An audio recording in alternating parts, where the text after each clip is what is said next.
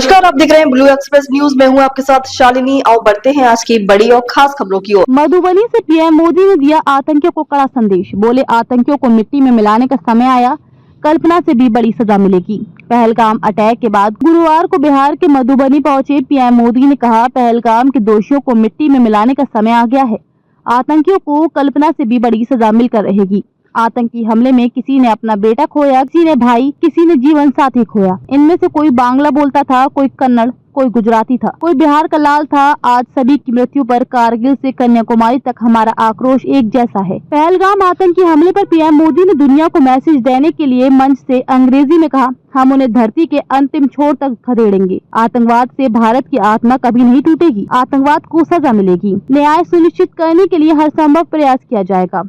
पूरा देश इस संकल्प में एक है। मानवता में विश्वास रखने वाला हर व्यक्ति हमारे साथ है। मैं विभिन्न देशों के लोगों और उनके नेताओं को धन्यवाद देता हूं जो हमारे साथ खड़े हैं। पीएम मोदी ने कहा, 22 अप्रैल को जम्मू कश्मीर के पहलगाम में मासूम लोगों को जिस तरह से मारा है, उससे पूरा देश व्यथित है। उनके दुख में पूरा देश साथ खड़ा है। जिनका अभी इलाज चल रहा है, वे जल्द स्वस्थ हों, इसके लिए भी सरकार प्रयास कर रही है। स्पष्ट कहना चाहता हूं कि हमला करने वालों को और उनकी मदद करने वालों को कल्पना से भी बड़ी सजा मिलकर रहेगी। पंचायती राज कार्यक्रम में शामिल हुए पीएम ने मृतकों को मंच से श्रद्धांजलि दी।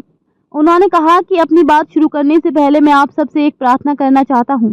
आप जहां हैं वहीं अपने स्थान पर बैठे रहकर ही 22 तारीख को जिन परिवारजनों को हमने खोया है उनको श्रद्धांजलि देंगे। इसके बाद मैं अपनी बात शुरू करूंगा। पंचायती राज कार्यक्रम में शामिल हुए पीएम मोदी ने कहा कि आज पंचायती राज दिवस के मौके पर पूरा देश मिथिला से जुड़ा है, बिहार से जुड़ा है। आज यहाँ देश के बिहार के विकास से जुड़े हजारों करोड़ों रुपए के प्रोजेक्ट का शिलान्यास और लोकार्पण हुआ है। आज राष्ट्र कवि रामधारी सिंह दिनकर सिंह की पुण्यतिथि भी है। मैं उन्हें नमन कहता हूँ। बिहार वो धरती है जहाँ से बापू ने अपने सत्याग्रह की शुरुआत की थी। उनकी सोच थी कि जब तक गांव का विकास नहीं होगा तब तक भारत का विकास नहीं हो जाएगा। बीते दिनों में पंचायतों को मजबूत करने के लिए कई कदम उठाए गए। 2 लाख से ज्यादा पंचायतों को इंटरनेट से जोड़ा गया। 5.5 लाख से ज्यादा कॉमन सर्विस सेंटर गाँवों में बने। इससे कई दस्तावेज अब आसानी से मिल रहे हैं। गाँव पंचायतों में बड़ी समस्या जमीन विवाद की रही है। इसके समाधान के लिए जमीनों के रिकॉर्ड का डिजिटलीकरण किया जा रहा है। बिहार देश का पहला राज्य था जहाँ महिलाओं को 50% आरक्षण दिया गया। मैं नीतीश जी का अभिनंदन करता हूं।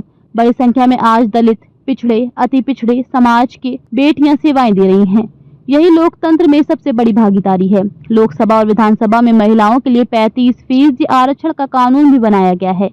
इसका फायदा भी होगा, हमारी बहन बेटियों को प्रतिनिधित्व में मिलेगा। महिलाओं को आगे बढ़ाने के लिए सरकार मिशन मोड में काम कर रही है। ऐसे ही लेटेस्ट अपडेट पाने के लिए हमारे चैनल को लाइक, फॉलो, सब्सक्राइब करें और बेल आइकन दबाना ना भूलें। अगर आप हमें फेसबुक, ट्विटर या इंस्टा के माध्यम से देख रहे हैं तो हमें फॉलो और कमेंट करें। धन्यवाद।